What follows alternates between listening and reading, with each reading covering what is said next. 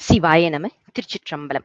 ஞானாசிரியராகவும் ஞான குருவாகவும் எம்மை வழிநடத்தும் நம்பி ஆரூரர் திருவடிகளையும் அண்ணாமலை பெருமான் திருவடிகளையும் மனம் மொழி மெய்களால் வணங்கி மகிழ்கின்றேன். இன்றைய பன்முக நோக்கில் 9ஆம் திருமுறை என்ற நிகழ்வில் நாம இப்ப பார்க்க போறது 9ஆம் திருமுறையில வர்ற 4 வகை நெறிகள் என்று சொல்லப்படுவது. நம்ம எல்லாருக்குமே தெரியும். இந்த சைவ சித்தாந்தத்தை படித்தவர்கள் அனைவருக்குமே, திருமுறைகள்ல தோய்ந்த அனைவருக்குமே அந்த 4 நெறிகள் என்பது மிகவும் முக்கியத்துவம் வாய்ந்தது. அத பத்தின ஒரு அமைப்பா தான் இன்றைய பொழிவு நமக்கு அமைய இருக்கின்றது. நம்ம எல்லாருக்கும் சொல்லுவாங்க, 4 பேர் போன வழியில போகணும்பா அப்படின்னு சொல்லுவாங்க. அந்த 4 பேர் போன வழி ஏன் அத்தனை முக்கியத்துவம் வாய்ந்தது அப்படின்னு நாம கொஞ்சம் யோசிச்சு பார்த்தோம்னா, சீவன் சிவனாக வேண்டும் அப்படின்ற ஒரே ஒரு காரணத்தினால பெருமான் என்ன பண்றாருன்னா, மிகப்பெரிய ஒரு வரம் கொடுக்கிறாரு. அந்த வரம் தான் தனு கரண புவன போகம் என்று நாம பார்க்கிறோம். அதாவது உடல், தனு என்றால் உடல், கரணம் என்றால் உட்கருவி, புறக்கருவி என்று 2மே வரும். புவனம் அப்படின்னா நமக்கு தெரியும், நம்மள சுத்தி இருக்கிற உலகம். போகங்கள் அப்படிங்கிறது உலக நுகர்ச்சி பொருட்கள். ஆக இந்த தனுகரண புவன போகத்தை பெருமான் ஏன் கொடுக்கிறாரு அப்படின்னா, இந்த சீவன் சிவமாம் தன்மை பெற வேண்டும் அப்படிங்கிறதுனால. அப்ப நாம இந்த தனுகரண புவன போகத்திலேயே இருந்து அதிலேயே அழுந்தி விடாமல், ஆனால் அதை துய்த்துக் கொண்டு ஒரே நேரத்துல பெருமானை நோக்கின பயணத்திற்கு நம்மை ஆயத்தம் செய்து தயார் செய்து அந்த வழியில் நாம் முன்னேற வேண்டும். இதை நமக்கு சொல்லிக் கொடுக்க வந்தவர்கள் தான் நால்வர் பெருமக்கள். நால்வருமே பாருங்க, உலக வாழ்க்கையில இருந்து கொண்டே கடமைகளை செய்து கொண்டே அதே நேரம் நம்மை வழிநடத்தும் ஒரு ஒரு அழகான ஒரு அமைப்பை நாம பார்க்கிறோம். நம்மையும் அதைத்தான் சொன்னாங்க. எல்லாத்தையும் விட்டுட்டு சந்நியாசம் எடுத்துட்டு போன்னு சொல்லவே இல்ல. உலக வாழ்க்கையில இருந்து கொண்டே நம்மளுடைய கடமைகளை தவறாமல் செய்து கொண்டு அதே நேரத்துல இறை சிந்தனை மாறாமல் இருப்பதற்கான வழிமுறைகள் தான் இந்த 4 வகை நெறிகள் என்று சொல்லப்படுவது. இந்த 4 பேர் போன வழியைத்தான் நாம சரியை, கிரியை, யோகம், ஞானம் என்பதாக பார்க்கின்றோம். இந்த கருத்து 9ஆம் திருமுறையில எங்கெல்லாம் வருது அப்படிங்கிற ஒரு குறிப்பாகத்தான் இன்றைய சிந்தனை நமக்கு அமையப் போகின்றது. இந்த 4 வகை நெறிகள் அப்படின்றது என்னன்னு பார்த்தீங்கன்னா, இத வேற விதமாகவும் சொல்லுவோம். உதாரணத்துக்கு பார்த்தீங்கன்னா, சைவ நன்னெறி, சைவ நாற்படிகள், சிவபுண்ணியங்கள், 4 வகை நெறிகள் என்று பல பெயர்கள் இதற்கு இருப்பதை நாம பார்க்கின்றோம். திருமூலர் இததான் சுத்த சைவத்தது உயிரதே அப்படின்னு சொல்றாரு. சுத்த சைவம் அப்படிங்கிற ஒரு சொற்றொடர் பயன்படுத்திட்டு, சுத்த சைவத்தோடைய உயிராக இருப்பதுதான் இந்த 4 வகை நெறிகள் அப்படிங்கிறதாக நமக்கு திருமூலதேவ நாயனார், அதாவது 10ஆம் திருமுறையில வருவதை பார்க்கின்றோம். உதாரண பாடல் பாருங்க, திருமந்திரத்துல வர்ற பாடல். திருச்சிற்றம்பலம். சார்ந்த மெய்ஞானத்தோர் தானவனாயினோர் சேர்ந்த எண் யோகத்தர் சித்த சமாதியோர் ஆய்ந்த கிரியையோர் அருச்சனை தப்பாதோர் நேர்ந்த சரியையோர் நீள் நிலத்தோரே. இந்த 4 நெறிகள் என்னங்கிறத ஒரே பாடல்ல 4 வரிகள்ல வச்சு மிக அழகாக நமக்கு சொல்றாரு. இதுல பாருங்க, சார்ந்த மெய்ஞானத்தோர் தானவன் ஆயினர். என்னன்னா, சிவமாம் தன்மையை எய்தி அந்த மெய்ஞானம் என்று சொல்லப்படுகின்ற நிலைப்பாட்டில் நம்ம இன்னைக்கு சொல்றோம் இல்லையா, சத்தினிபாதம் மற்றும் ஒரு இருவினை ஒப்பு என்பதெல்லாம் நிகழப் பெற்றவர்கள் ஞானமாம் தன்மையில் இருக்கின்றார்கள். ஆனா மனத்தை சமாதி நிலையில் அடங்க பெற்றவர்கள், அதாவது அட்டாங்க யோகம் செய்து சமாதி நிலையில் இருக்கக்கூடியவர்கள், இந்த யோக நிலையில் இருக்கக்கூடியவர்கள் அப்படின்னும், ஒரு நாள் விடாம அர்ச்சனை தவறாமல் பெருமானுக்கு செய்யக்கூடியவர்கள் கிரியை நிலையில் இருப்பதாகவும், அதே நேரம் தலம் மூர்த்தி தலம் மூர்த்தி தலம் தீர்த்தம் என்று சொல்லுவாங்க இல்லையா, அந்த மாதிரி மூர்த்தி தலம் தீர்த்தம் என்று முறையாக வணங்கி வருபவர்கள் சரியை நிலையில் இருக்கக்கூடியவர்கள் அப்படிங்கிறதையும் நமக்கு மிக அழகாக இந்த பாடலில் பார்க்கின்றோம். அப்ப இந்த 4 வகை நெறிகள் அப்படின்னா சரியை, கிரியை, யோகம், ஞானம் என்பதை இன்னும் கொஞ்சம் ஆழமாக பார்க்கலாம். இதுல சரியை, கிரியை இதெல்லாம் பார்த்தீங்கன்னா, உபாயம் என்று ஒன்றும், உண்மை என்று ஒன்றும் இருக்கு. உதாரணத்துக்கு, "சாமி நான் இன்னைக்கு வந்து 108 தடவ கோயில சுத்தி வரேன் சாமி. என்ன எப்படியாவது பரீட்சையில பாஸ் பண்ண வச்சுரு சாமி. நான் வந்து செவ்வாய்க்கிழமை தோறும் வந்து விளக்கு போடுறேன் சாமி. எனக்கு ஒரு கல்யாணத்த பண்ணி வச்சுரு சாமி." இப்படி ஒரு விண்ணப்பத்தோடு நாம் ஏதாவது ஒன்று செய்தால், சரியை, கிரியை என்று எது செய்தாலும், அது உபாயத்தில் தான் வரும். ஏன்னா எதிர்பார்ப்பு இருக்கு. எதிர்பார்ப்பு இல்லாமல் பெருமானுக்காக, பெருமான் மேல் கொண்ட அன்பின் காரணமாக, பற்றின் காரணமாக நாம வந்து எந்த எதிர்பார்ப்பும் இல்லாமல் செய்வது உண்மை சரியை, உண்மை கிரியை என்பதில் அடங்கும். இந்த பொழிவு முழுவதுமே 9ஆம் திருமுறையில நாம பார்க்கிறது எல்லாமே உபாய சரியை, உபாய கிரியையில வராது. உண்மை சரியை, உண்மை கிரியையில தான் அடங்கும். அந்த மாதிரி உள்ள 4 நிலைகள் தான் இப்ப நம்ம பார்க்க போறோம். முதல்ல பார்க்க போறது சரியை என்ற நிலை. இது நாம ஏற்கனவே சொன்னது போல, சரியை தான் முதல்ல வரக்கூடியது. 75% உடல் தொண்டு, 25% மனம் சார்ந்தது. இது சாதாரணமா செய்வது, அதாவது இப்போ உடலால செய்ற தொண்டு அப்படின்னா, சரி, சரி காலையில எந்திரிச்சு எல்லாத்தையும் செய்திரலாம். அப்படி கிடையாது. அன்போடு செய்வது. உடல், மனம் ஒன்றி செய்வது. ஆனா 75% உடல் தொண்டு. இதுல தான் பார்த்தீங்கன்னா, ஆண்டான் அடிமை அப்படின்னு சொல்றோம் இல்லையா? அந்த பாவனை வரும். தாச மார்க்கம் என்ற வடமொழியில சொல்ற ஒரு குறிப்பு. இந்த தாச மார்க்கம் என்னன்னா, பெருமான் எனக்கு எஜமானன். நான் அவனுடைய அடிமை. அப்ப அவர் என்ன சொல்றாரோ, அதை நான் செய்ய வேண்டும். என் பணி அ என் கடன் பணி செய்து கிடப்பதே. எனக்குன்னு எந்த ஒரு புத்திசாலித்தனமும் கிடையாது.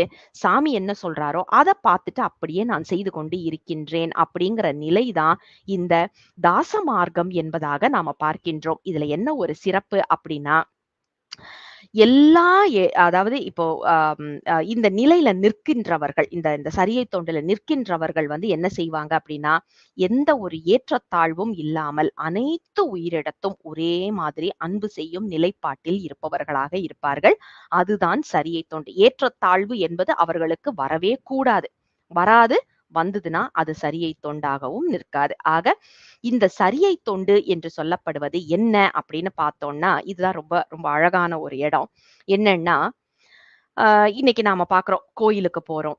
கோயிலுக்கு போயிட்டு என்ன செய்றோம் அப்படின்னா, ஒரு பேப்பர கசக்கி அங்கேயே தூக்கி போடுறோம். இல்லன்னா தயிர் சாதம் குடுத்தாங்கன்னா வாங்கிட்டு அங்கேயே வந்து அந்த மதில் சுவர்லயோ, இல்லன்னா தூண்லயோ தடவிட்டு வர்றது வந்து, போற புண்ணியத்துக்கு எதிர்மறையாக பாவத்தை சேர்த்து வருகின்றோம். ஏன்னா கோயில் என்பது பெருமானுடைய வீடு. அதனால தான் இல். கோ என்றால் இறைவன், தலைவன், மகாராஜா. மகாராஜா இருக்கக்கூடிய இல்லம். அதுதான் கோயில். நாம என்ன பண்றோம்? அவருடைய வீட்டுக்கு போயிட்டு, அவருடைய வீட அழுக்கு பண்ணிட்டு இருக்கிறோம். யோசிச்சு பாருங்க. நம்ம வீட்டுக்கு ஒருத்தர கூப்பிடுறோம். வர்றாங்க. நல்ல சாப்பாடு போடுறோம். கைய கழுவாம செவுத்துல தடவுனாங்கன்னா, நம்மளுக்கு எவ்வளோ கோவம் வரும்? சாதாரண வீட்டுக்கே நம்மளுக்கு இவ்வளோ இருக்குன்னா, சிவபெருமானுடைய வீட்ல நாம எவ்வளலாம் அழுக்கு பண்றோம்னு யோசிச்சு பாருங்க. திருநீர வாங்குறோம், அங்கேயே ஒரு மதில்ல கொட்டுறோம். குங்குமம் வாங்குறோம், அதையும் ஒரு மதில்ல கொட்டுறோம். இது எல்லாமே வந்து கோயிலை அசுத்தப்படுத்துவது. அப்ப இது வந்து பெரும் பாவத்தை சேர்க்கக்கூடியது.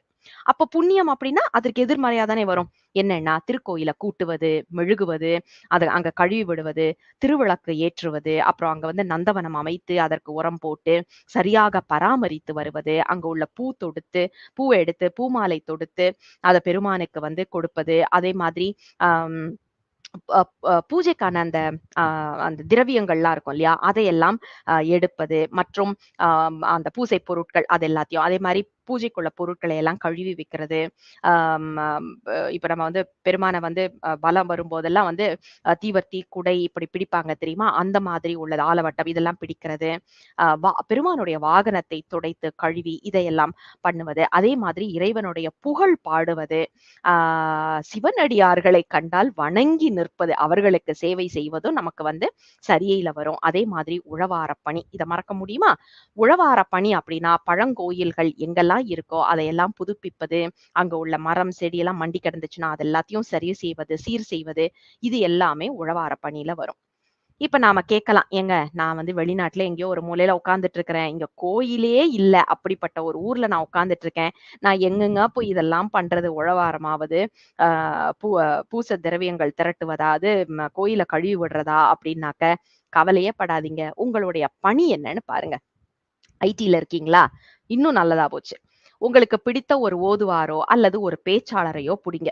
அவங்களுடைய சொற்பொழிவுகள், பாடல்கள் இதையெல்லாம் எடிட் பண்ணி அழகா ஆன்லைன்ல கொண்டு வாங்க. இதுவும் சரியை தொண்டு தான, உடல் தொண்டு தான. 75% உடல் தொண்டு தான அதுல வருது. அப்ப அதுவும் சரியை தொண்டுல தான் அடங்கும். கோயிலுக்கு சென்று செய்வது என்பது ஒரு வகை.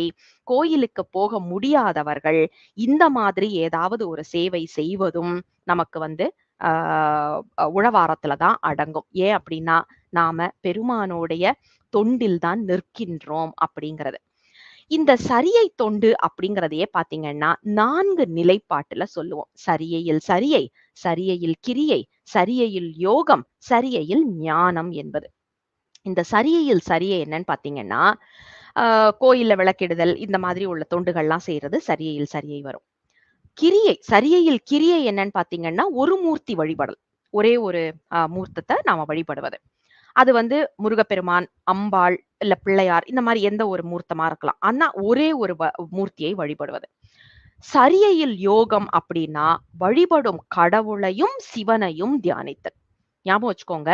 நாம ஒவ்வொருத்தரோட இஷ்ட தெய்வம் இருக்கும் இல்லையா? அதையும், சிவனையும் சேர்த்து தியானித்தல் என்பது சரியையில் யோகத்துல வந்துரும். சரியையில் ஞானம் அப்படின்னா, இந்த சரியை தொண்டில் சரிவர நிற்க ஒரு அனுபவம் கிடைக்கும். அததான் நமக்கு அருளாளர்கள் எல்லாருமே சொன்ன ஒரு அற்புதமான நிகழ்வு. திருஞான சம்பந்தர் வந்து நமக்கு இத மிக அழகாக எடுத்து சொல்லுவார். பார்த்தீங்கன்னா, திருச்சிற்றம்பலம். காவினை இட்டும் குளம்பல தொட்டும் கனிமனத்தால் ஏவினை யாழியில் மூன்றெறி தீரென்று இருபொழுதும் பூவினை கொய்து மலரடி போற்றுதும் நாமடியோம் தீவினை வந்தெமை தீண்ட பெறா திரு நீலகண்டம். இதுதான் நாம செய்ய வேண்டிய சரியை தொழில் என்று சொல்லப்படுவது. திருஞான சம்பந்த சுவாமிகள் எத்தனை அழகா பாடியிருக்கிறாரு பாருங்க. இந்த வழியில நின்னா எனக்கு என்னங்க கிடைக்கும் அப்படின்னு ஒரு கேள்வி வரும்ல. கவலையே படாதீங்க. சிவலோக பதவி தான் கிடைக்கும். இததான் சாலோக முக்தி என்று சொல்லுவாங்க. இந்த சாலோக முக்தி கிடைக்கிறது அப்படின்னா சரியை தொண்டில் நிற்பவர்களுக்கு அருளக்கூடிய ஒரு நிலைப்பாடாக நாம பார்க்கிறோம். அடுத்தது இந்த சரியை நெறியில நிற்கின்ற ஒரு ஆனந்த நிலை இருக்கு. அந்த அந்த நிலைப்பாடு நமக்கு 9ஆம் திருமுறையில எங்கேயாவது இருக்கா? ஏன்னா நாம இப்ப வந்து 9ஆம் திருமுறை சிந்திச்சுட்டு வரோம். அப்ப இந்த சரியை தொண்டில் நின்றால் நமக்கு கிடைக்கப் போற பலன் என்ன அப்படிங்கிறது நமக்கு 9ஆம் திருமுறையில இருக்கா அப்படின்னு பார்த்தா, அப்படியே இருக்கு. அதாவது கருவூர் தேவர் அருளிச் செய்த கீழ்கோட்டூர் மணியம்பலம் பதிகத்தை எடுத்து பார்த்தீங்கன்னா, நிறைவு பாடல். அதாவது திருக்கடைக்காப்பு என்று சொல்லப்படுகின்ற அந்த பாடலை எடுத்து பார்த்தோம் அப்படின்னா, திருச்சிற்றம்பலம்.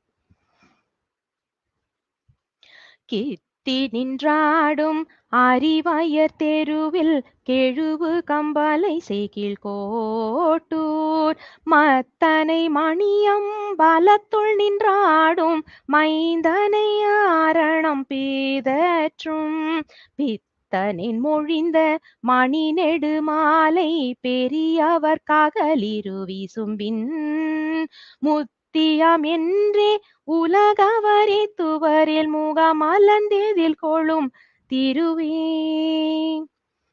எப்படி ஒரு ஷார்ட்கட் நமக்கு கொடுக்கிறாரு பாருங்க.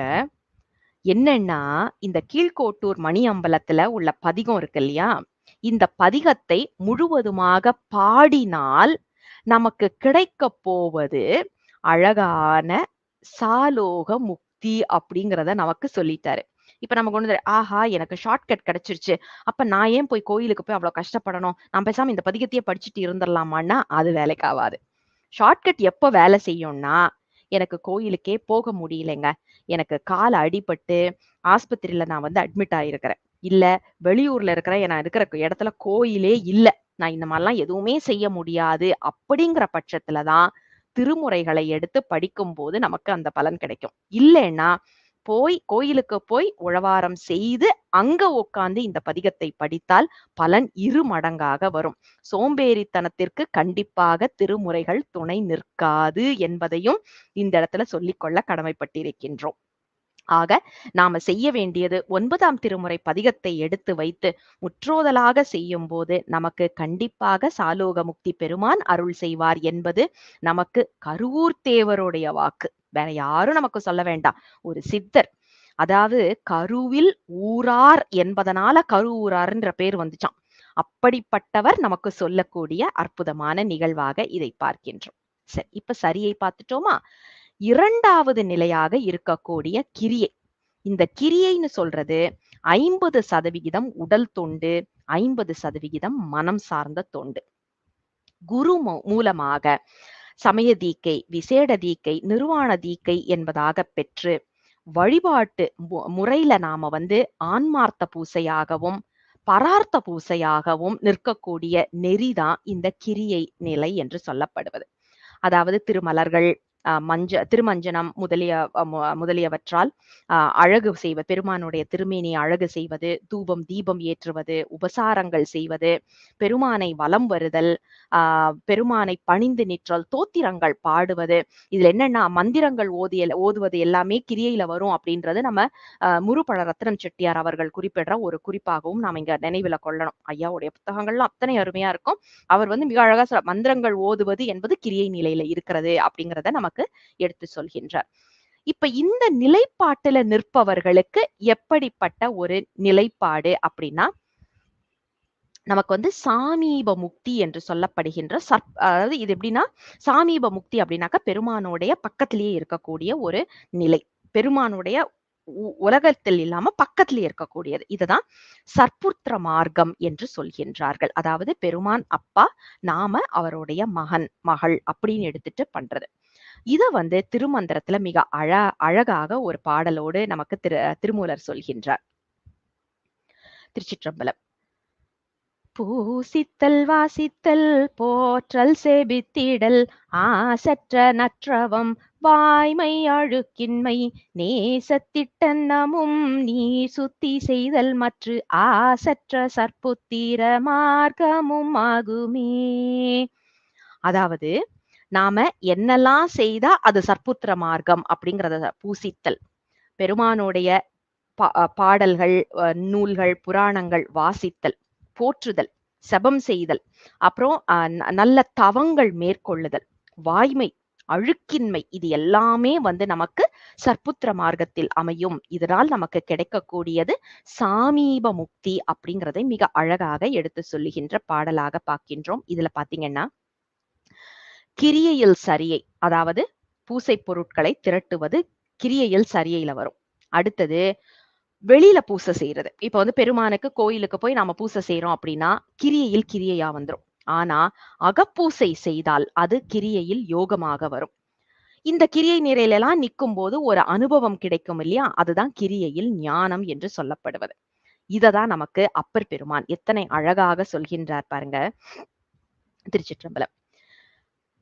காயமே கோயிலாக கடிமனம் அடிமையாக வாய்மையே தூய்மையாக மனமணி லிங்கமாக நேயமே நெய்யும் பாலா நிறைய நீரமயாட்டி பூசனை சனார்க்கு போற்றவை காட்டினோமே. திருச்சிற்றம்பலம். அதாவது இது கிரியையில நிக்கிற ஒரு நிலை அப்படின்னாலும் ஞானத்தில் கிரியையில் ஞானமாக நாம இதை பார்க்கணும். இந்த உடலை கோயிலாகவும் மனம் அடிமை பண்பு நிறைந்ததாகவும் வாய்மையே தூய்மையாகவும் மனமணி இலிங்கமாகவும் நேயமே நெய்யும் பாலா நிறைய நீர் அமையாட்டி. யோசிச்சு பாருங்க, நேர்ல பால் அபிஷேகம் பண்ணணும்னா 1 லிட்டர் 2 லிட்டர் சரி 10 லிட்டர் 100 லிட்டர் அதுக்கு மேல பண்ண முடியுமா? ஆனா மனசுக்குள்ள பெருமான உட்கார வச்சு அப்படி பால் அபிஷேகம் பண்ணா அதுக்கு ஏதாவது லிமிட் இருக்கா? ஒண்ணும் இல்லையே. பெருமான குளிர குளிர குளிர அபிஷேகம் பண்ணலாம் இல்லையா? அததான் நமக்கு இங்க மிக அழகாக அப்பர் பெருமான் சொல்றாரு. அப்ப 9ஆம் திருமுறையில இதுக்கு ஷார்ட்கட் இருக்குதுங்களாங்க அப்படின்னு யாராவது கேட்டா இருக்குது. திருவாலி அமுதனார் அருளி செய்த கோயில் திருப்பதிகம் 23வது திருப்பதிகத்துல நட்டராகம் பண்ணல திருக்கடைக்காப்பாக அமைந்த 10வது பாடல் எடுத்து பாருங்க. என்ன சொல்றாரு நமக்கு திருவாலி அமுதனார் அப்படின்னா, திருச்சிற்றம்பலம். புரியும் பொன்மதில் சூழ் தரு தில்லையுள் பூசுரர் பலர் போற்ற எரியது ஆடும் எம் ஈசனை காதலி திணைபவள் மொழியாக வரைசை மாமதில் மயிலையர் மன்னவன் மறைவல திருவாலி பரவல் பத்திவை வல்லவர் பரமனதடியணை பணிவாரே. பெருமான் பக்கத்துல பெருமானுடைய திருவடியை பணிந்து நிற்பவர்கள் அப்படிங்கிற குறிப்பை நமக்கு அழகாக, அதாவது கிரியை நிலையில் நின்றால் கிடைக்கக்கூடிய முக்தி நிலையை நமக்கு இந்த பதிகம் கொடுக்கும் என்பது நிதர்சனமான உண்மையாக நாம பார்க்கின்றோம். சரி, சரியை கிரியை பார்த்துட்டோமா? இந்த சரியையிலும் கிரியையிலையும் சரிவர நின்றால் 3வதான யோகம் என்பது கைகூடும். இந்த யோகம் அப்படிங்கிறது எப்படின்னா 25% உடல் தொண்டு, 75% மனம். இததான் சகமார்க்கம் அப்படிங்கிறதா பாக்குறோம் நாம. அதாவது சாரூப முக்தி கிடைக்கக்கூடிய சகமார்க்கம். நம்ம எல்லாருக்குமே தெரிஞ்ச ஒருத்தர் நம்பி ஆரூரர். அவர் இந்த மார்க்கத்தை நமக்கு சொல்ல வந்தவர். ஏன்னா அந்த தோழமை மார்க்கம்னு சொல்றோம் இல்லையா, சகமார்க்கம். பெருமானும் நானும் தோழமை கொண்டிருக்கின்றோம். அப்ப நமக்கு அதுல என்ன கிடைக்கும் அப்படின்னா பெருமானோடைய ரூபமுக்தி. நம்பி ஆரூரர், நந்தியம் பெருமான் இவர்கள் இருவருமே சாரூப முக்தி பெற்றவர்கள் என்பதற்கான சான்று நாம பார்க்கின்றோம். இதத்தான் திருமந்திரத்துல எப்படி சொல்றாரு அப்படின்னு பாத்தீங்கன்னா, திருச்சிற்றம்பலம். சயிலை லோகத்தினை சார்ந்த பொழுதே சயிலமதாகும் சராசரம் போல பயிலும் குருவின் பதிப்புக்க போதே கையிலை இறைவன் கதிர் வடிவாமே. பெருமானுடைய கதிர் வடிவம் கிடைக்குமா? யோசிச்சு பாருங்க. நம்பி ஆரூரர் அப்ப எத்தனை அழகா இருந்திருக்கணும் இல்லையா? கதிர் வடிவம் போல இருக்கின்றாராம். இதற்குதான் நாம சொல்லுவோம் தெரியுமா, அந்த அட்டாங்க யோகம் அப்படின்னு சொல்லிட்டு இயமம், நியமம், ஆசனம், பிராணாயாமம், பிரத்யாகாரம், தாரணை, தியானம், தாரணை, தியானம், சமாதி அப்படின்னு சொல்ற அந்த அட்டாங்க யோகம், அந்த 8 உறுப்புகள் கொண்டது. இதுல அப்படியே பயிற்சி செய்து செய்து செய்து படிப்படியாக தேறி வந்தால் யோக நிலை நமக்கு கை கிட்டும். இததான் திட சித்தம் உடையவர்கள் அப்படின்னு நாம கேட்கிறோம் இல்லையா, அப்படிப்பட்டவர்கள் அந்த யோகியர்கள் தான் அங்க இருக்கக்கூடியவங்க. இதுலயும் யோகத்தில் சரியை, யோகத்தில் கிரியை, யோகத்தில் யோகம், யோகத்தில் ஞானம் அப்படின்னு 4 விதம் பார்க்கின்றோம். இதுல பாத்தீங்கன்னா இயமம், நியமம், ஆசனம், பிராணாயாமம் இத 4யும் செய்பவர்கள் யோகத்தில் சரியை. பிரத்யாகாரம், தாரணை என்பது யோகத்தில் கிரியை. தியானம் என்பது யோகத்தில் யோகம். சமாதி என்பது யோகத்தில் ஞானம்.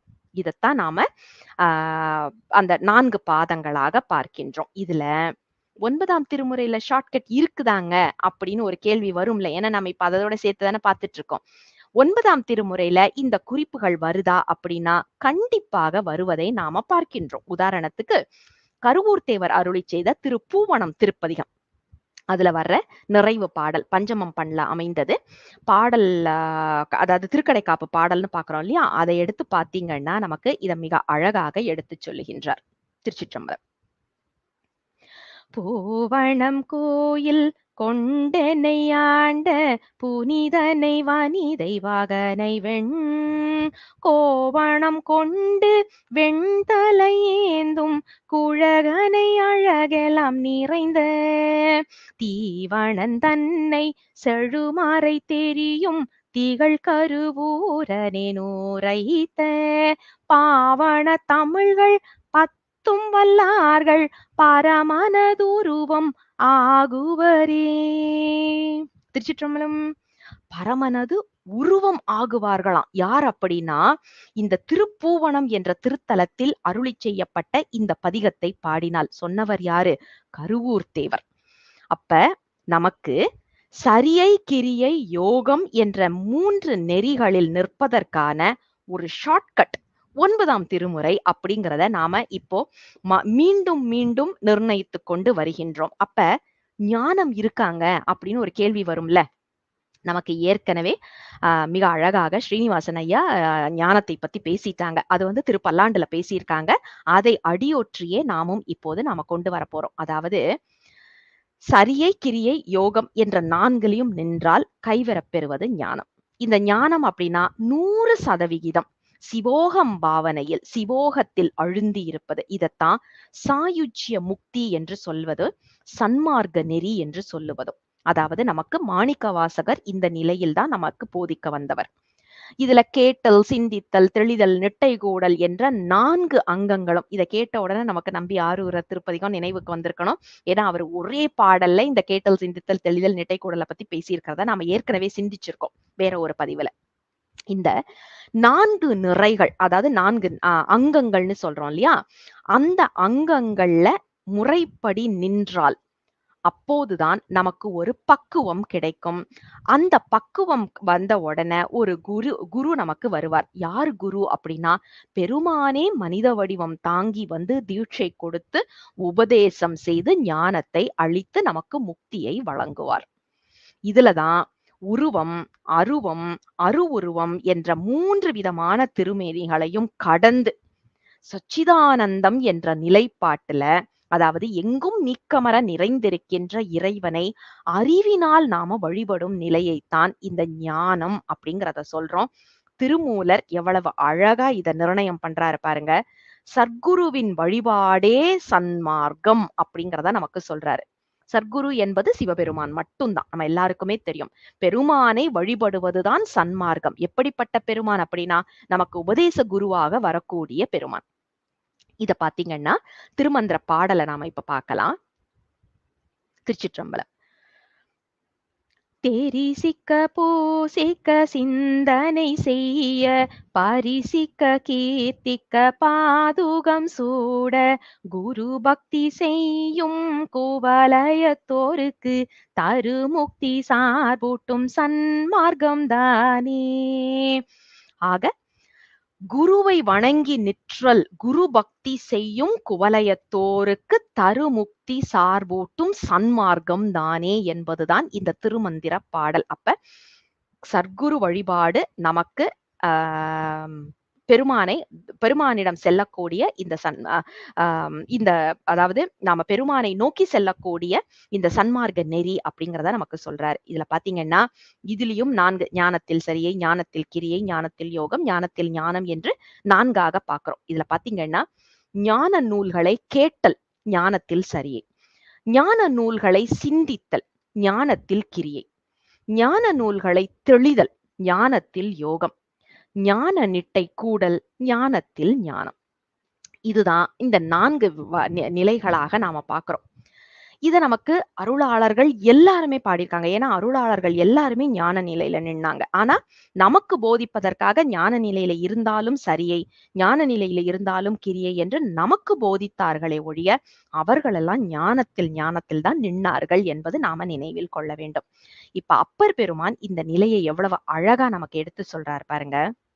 திருச்சிற்றம்பலம். திருச்சிற்றம்பலம்.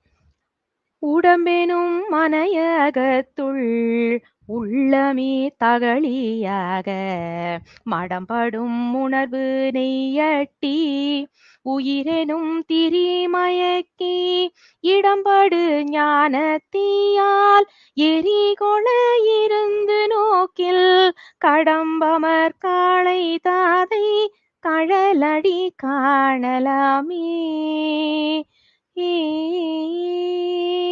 திருச்சிற்றம்பலம்.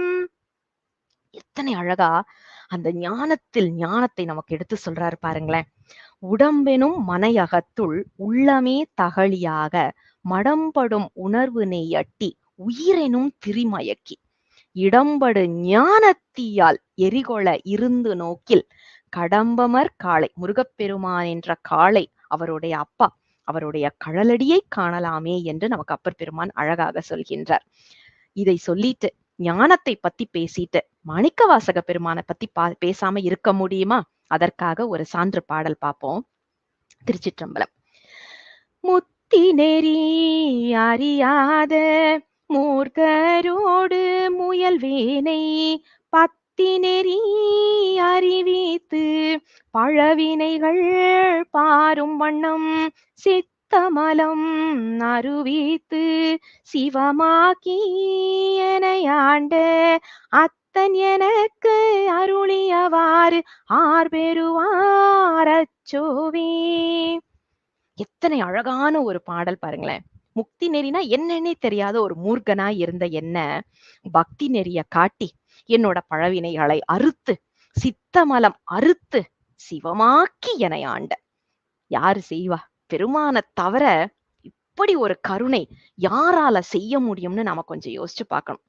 ஒரு தவறு செய்தோம்னா தூக்கி எறிகிற உலகத்துல நாம இருக்கிறோம்.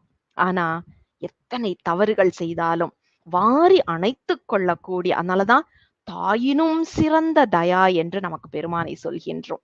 அப்படிப்பட்ட கருணையாளன், கருணையே வடிவமாக உள்ளவன் சிவபெருமான். அதை புரிந்து நாம் அவனுடைய பாதையில் நாம் செல்ல செல்ல அந்த ஞானத்தை அவனே நமக்கு கொடுப்பான் அப்படிங்கிறதுதான் நிதர்சனமான உண்மை. சரிங்க, இதெல்லாம் சரி. இதுக்கு ஷார்ட்கட் நம்மளுக்கு 9ஆம் திருமுறையில இருக்கா அப்படின்னு கேட்டா இருக்குது. கருவூர் தேவர் அருளி செய்த கோயில் திருப்பதிகம், அதாவது புறநீர்மை பண்ணல அமைந்தது. இதுல வர்ற திருக்கடை காப்பு பாருங்க, அழகான குறிப்பு. திருச்சிற்றம்பலம். இருந்திரை தரள பறவை சுழாகலத்து தென்னிலா கண்ணில் பொன் மாக்கள் திருந்துயர் பருவத்து அறிவுரு கருவோர் துறை வளர்த்தீந்தமிழ் மாலை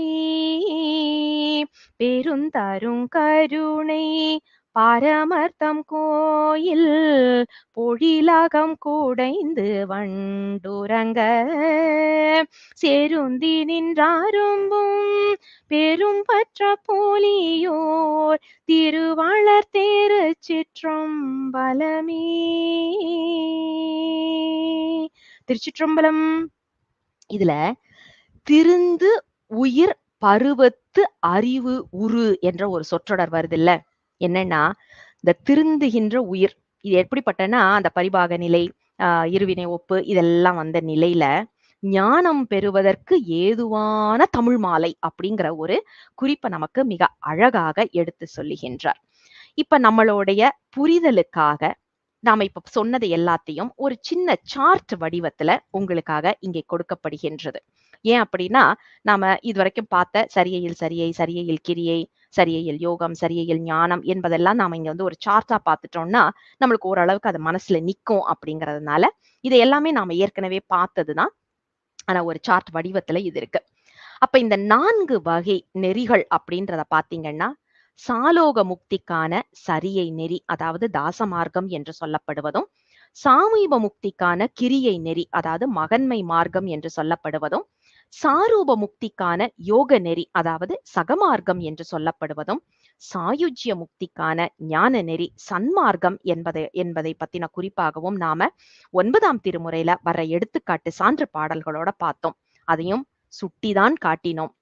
இதை அனைத்ததும் கலந்து, அதாவது இந்த சரியை, கிரியை, யோகம், ஞானம் எல்லாம் கலந்ததுதான் 9ஆம் திருமுறை அப்படிங்கிறத நிர்ணயம் செய்வதற்காகத்தான் இந்த அழகான ஒரு பொழிவாக நாம இப்போது பார்த்தோம். அப்ப நாம என்ன செய்யணும்னா, தினம் 9ஆம் திருமுறை ஒரு முற்றோதலாக 2 மணி நேரத்துக்கு மேல ஆகாதுங்க.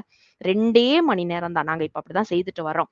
தினம் முற்றோதல் செய்து வர சரியை, கிரியை, யோகம், ஞானம் என்ற இந்த நிலையில் நிற்கக்கூடிய அந்த பயனை நமக்கு பெருமான் கொடுப்பார் அப்படின்ற நிதர்சனமான உண்மையோடு இந்த பொழிவை நிறைவுக்கு கொண்டு வருகின்றேன். தென்னாடுடைய சிவனே போற்றி, எந்நாட்டவர்க்கும் இறைவா போற்றி, அண்ணாமலையம் அண்ணா போற்றி, கண்ணார முதக்கடலே போற்றி. சிவசிவ திருச்சிற்றம்பலம்.